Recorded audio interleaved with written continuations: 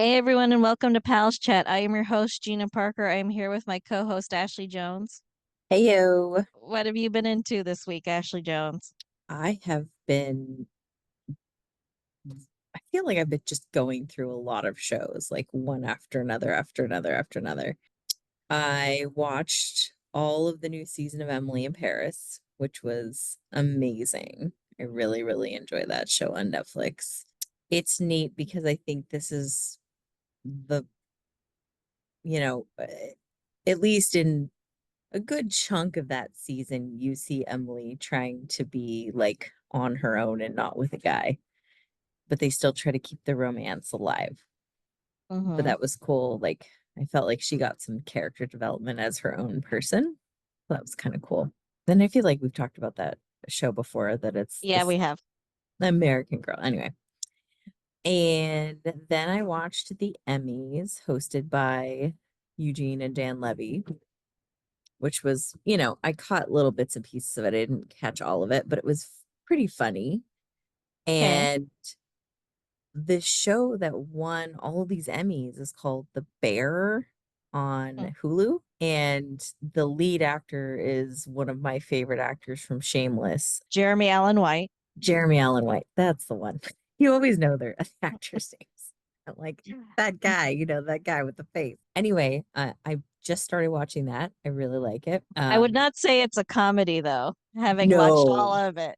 Oh, you've watched all of it. Okay, I'm just getting into it. It is definitely not a comedy. It's So, super intense drama. But the essence is the main character is a Michelin star chef, and he goes back to support his brother's sort of failing sandwich shop business after he commits suicide. And yeah, not a comedy, but won a bunch of comedy awards. drama ensues. I mean, the actor is really good at playing tough guy from the wrong side of the tracks. Like he's like that's his he did it in Shameless. He's doing it here. He's got a little bit more pizzazz to him because he's like gone through like elite chef training, but he's still like the kid from the wrong side of the tracks kind of thing. I like it. I think it's interesting. I'm sure I'm going to figure out the bear part later, like how that, I know it's his nickname, right? Yeah, that's it. Okay. That's it. That's the whole big story. I was like, it took me a minute to be like, what? And then another character called him Bear. And I was like, oh, okay. Did they get in more about why his nickname is Bear at some point? Not really. Oh, okay. Just like a down home nickname All from the right. people you grew up with. Huh.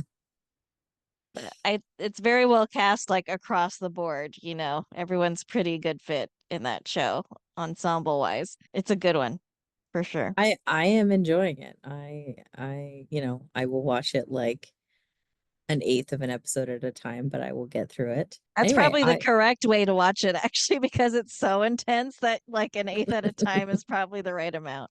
okay, good. Good to know I'm doing it right. But yeah, I'm you know, getting through it and it's fun. It's fun glimpse into non-reality in between my very real life. What are you watching? This week was the premiere of that show Agatha All Along, the new like Marvel Catherine Hahn thing. Hmm. And it's fun so far. It's letting Catherine Hahn be Catherine Hahn, just funny, and it's a great cast, looks like so far, and they're going down the witch's road, and it looks like Nice. just an enjoyable thing. Very cool. I was pleasantly surprised by that. I haven't seen it yet, but I saw a trailer for it and I thought it was the new Marvel movie. I thought it was a movie, which when Marvel movies come out, I'm always a little disappointed because I don't have time to go to the movies. So I'm like, oh God, I gotta wait for it to go on streaming and then eventually I'll see it. And then Nick was like, oh no, no, no, it's a show, it's a series. And I was like, oh, that's exciting. Like, so we might crack into it together. I'm hoping. Yeah, you'll have to come back, let me know what you're thinking. I will let you know. I mean, I love Catherine Hahn, so she's she's good stuff. All right. Are we ready for all my children talk? We are ready, and I am more alert this time. So, this week we're going to be doing something a little different. Instead of talking about all the episodes one by one, I'm going to talk about everyone kind of individually. But for those of you following along, we're talking about July 27th, 1983, August 1, 1983, August 4, 1983, August 19, 1983, and August 30, 1983. That's a lot of dates. We're mostly just talking about August of 1983. That's where we're Sticking with going. August. But the question that everyone wants to know is, will there be any brooch updates? No, do you have a new theory? I have no new information. Maybe it came to you in a dream. I don't know. No, I don't have any new predictions on this bizarre family secret brooch. So we have Jesse and Angie. And so they're the ones who like got married so they could have sex. Angie is secretly pregnant. She's asked Jesse for a divorce. She's heading off for the divorce. More people are finding out that they were married, and it's like Jesse and his best friend Jenny are fighting about it because she knew that Angie was planning on asking him for a divorce and didn't tell him. And he's like, I thought we were best friends, and how could you not tell me? And she's like, I'm friends with both of you. And so it's awkward. Have you ever like had a couple break up and then it became awkward for you? I'm sure it has happened at some point. I'm sort of out of that very dramatic stage. Although I did have one friend, like, yeah, there was an engagement that dissolved and that got pretty awkward. But I feel like after a while people just sort of go their separate ways. So Palmer is still in his feud with Lars. They both own Hmm. giant companies. And so Palmer is hiring this lady who is basically a 1983 computer hacker. Her name is Lois, to hack into Lars's system and screw things up essentially. And Espionage. yeah, and she's willing to do it in exchange for a very big promotion to like one of the heads of Portland Electronics. So, corporate espionage, that's that one. Nice. All Is that right. a common thing in soaps? Corporate espionage? It honestly can be because the characters stay on the show for decades and then it's like now we're millionaires and now we're mad at the other millionaires. That kind of thing that happens. They announced recently that Lifetime is going to make some standalone All My Children movies, which I cannot wait for. What? Are they gonna do like continuation of anyone's particular stories? Like, this is the Lifetime movie of Erica. This is the Lifetime movie of Palm. Well, what I'll say is it's still in development, so they haven't committed to anything, but they said they have two movies in development, which will hopefully be a continuation of our stories. That would be lovely. Very excited about it. Cool. So then we have Tad, who Oh, has Tad.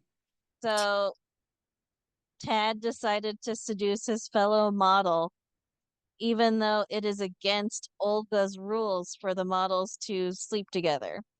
And Hmm. so Olga walks in, she finds them together. She fires Tad and Francesca, so he cost them both their jobs. And so he goes back to Pine Valley and he like tries to get a job like from different people around town. He actually is helpful for once he's going to try to get a job from Brooke English after she falls down off a ladder and he gets her to the hospital and keeps her away from her stalker Harold. We'll circle back to stalker Harold. But Okay. so Tad was actually helpful in that instance, being like, we need to get you to a hospital, not leave you with this weird guy. And Hmm. so, but then Tad finally seduces Liza. You'll remember the girl he's always trying to sleep with. Hmm. He finally takes her virginity after all this time. He takes this girl's virginity and then 1 week later He's having sex with her ma. Oh, geez. Oh, Tad. Oh, Tad. Classic Tad. Classic Tad. Cliff has been dating Devon, and Nina's been with Steve, and they've both been moving on with their lives. They split up. And then Steve was flying his ex-girlfriend home in a plane, as you do. Steve was flying back his ex-girlfriend. They got in a plane crash. Ex-girlfriend died. Steve's in the hospital. Everyone thought it was Nina who had died. Cliff's like, I'm so happy you're alive. They're staring into each other's eyes. They're having a moment. This divorced couple is back into each other. But now Devon's on the outs because she was kind of dating Cliff, but she wants to believe things can still work out between them. Jenny is no longer part of a brother sister modeling team. So she gets paired with this guy, Tony Barclay, and Olga wants them to be a fake couple. And initially they're like both not into it, and then all of a sudden Tony's into it. And Tony keeps trying to like make something happen with Jenny and be like, hey, why don't we actually date? And she's like, I'm not really interested. But he's still trying to make it happen. And her mom was very against it at first, but then she started getting her share of Jenny's paychecks, and she's like, Mm. "Yeah, yeah, you should date this guy." Yeah, totally. Date this guy for the PR. Yeah, make more money. Yeah. Opal, she's always looking out for number one. Ah, Opal. Isn't Opal Tad's mother? She is. So she was hoping that they would both give her checks, but then Tad got himself Mm. fired. Ah, poor Tad. hmm The Harold the Stalker storyline. Harold the Stalker kept hanging around Tom and Brooke, and hey, the stalker, like, and her husband Tom did not believe her. He's just like, oh, he's just a nice guy. So anyway, Harold the stalker ends up kidnapping Brooke, and her husband Tom is like frantically looking for her everywhere. See, he to look for her, and he finds Harold's weird shrine to her. And every breath you take, that song by Sting and the Police is playing in the background of their scenes, which is Perfect. it's perfect. It's It's literally perfect. mm-hmm. So poor Brooke, she's being held captive by Harold the Stalker. And that's where we leave Brooke, unfortunately. What? It was so weird in that scene where he's like wearing no shirt but suspenders. Like, I think there was what? like a gun in. Oh, okay. Like a suspender holster. Mm. Yeah, Got it. we're gonna finish on what is the darkest of the storylines at this time, Mm. which is the chateau fire. So we talked a little bit last week, but basically there was this big gala they were planning, and you know, it was like going to be tons of jewel things and like one of the biggest collections in the world. And so these robbers overhear them planning this big gala with all these fancy jewels, and they decide they're going to rob the gala. But decide to throw a smoke bomb that's supposed to be Mm. just a smoke bomb, but is turns into a major actual fire, Oh boy. uh, fortunately, and Are these thieves known to to the show, or are they just like random bad guys? random bad guys. Got it. Okay, so Oh, there's the there's the shut, fire. and it gets very, very dark. So one of the first things that happens is Greg is in attendance at this event. There's no wheelchair ramps. He's in a wheelchair, and everyone keeps walking by them and knocking over chairs so that he can't get out with his wheelchair. What That ends is up dark. what ends up happening is his date for the evening, Amanda, gets him on one side, his mom gets him on the other side, and they start to carry him out together. And then Dr. Joe Martin helps, and like Freddie, the guy who manages the place, he helps. And together they get Greg out. But right then he's just like trapped in a fire. Also, we have Erica.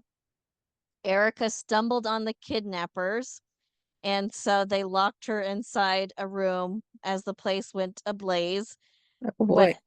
what happens is Erica basically breaks the door down by sheer force of will, and that's how she escapes.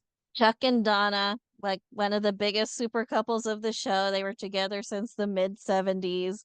So much adversity faced this couple.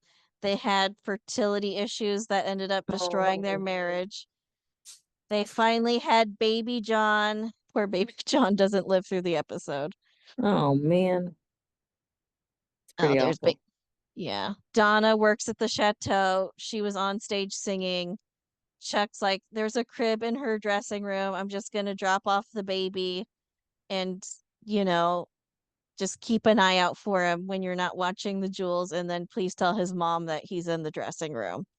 Because of the robbery, the guard never told Donna that the baby was in the Mm. dressing room, and Chuck was gone at the hospital, and baby John died in the fire. Oh man, that is dark.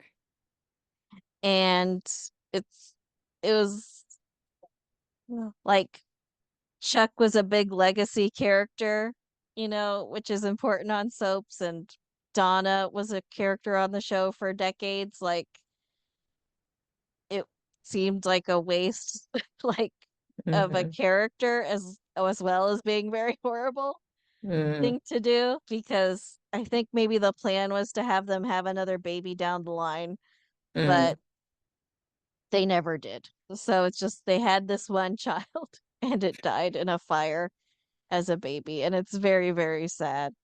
Oh, that's really sad. Oh, way to end on the downer.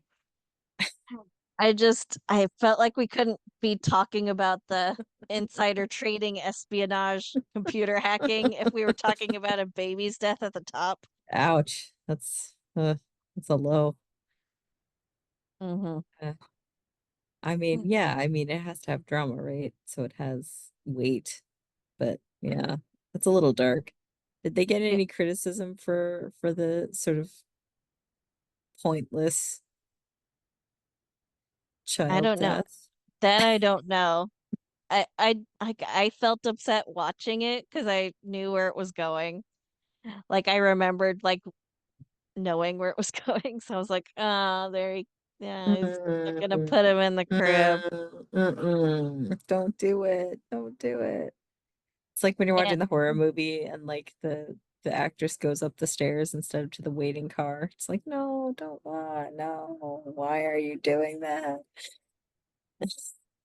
yeah, and it was a thing of like, well, I know Erica gets out, so how did she get out? And she's just like, I broke myself out. Like, and it's like, oh, well, that at least is keeping with the character, like Erica can be so annoying, but she's just like, I'm gonna save myself. I'm trapped in a burning building. I will break the door down. Even though I'm 5 foot nothing, I'm just gonna just like Hulk through this door, get out, make it. Eric is smash. That should be a new t-shirt. I'll put it in our shop. Erica, the ultimate survivor.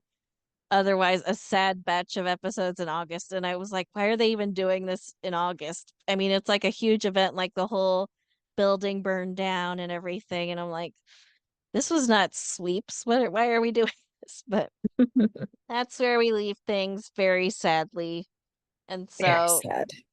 next week we'll start working on the September episodes. I hope Uh, it gets a little brighter. I think it should go without saying Chuck and Donna's relationship is over at this point. The super couple is once again broken up Hmm. because of the death of their child. Hmm. But anyway, Anyway, how do we move on from that? it was fictional. It's The true. child is fine. The child Uh, is fine. Yeah. one assumes. Yeah. Anyway, like, comment, subscribe. We have merch. We'll have an Erica Smash shirt in our merch store now. Like a Uh, green fist. This Erica's. that's a good idea. Yeah. So we'll design that all up and have that in our store. Please comment, email us at amcrewatch@gmail.com. I think that's it. So, well, Well, bye. bye. Thank you for listening. Our theme song is Wouldn't It Be Nice by Sound Mirage featuring Lady Rand. Please rate and review, download, subscribe, all the things. And you can email us at amcrewatch@gmail.com. Thanks. Talk to you next week.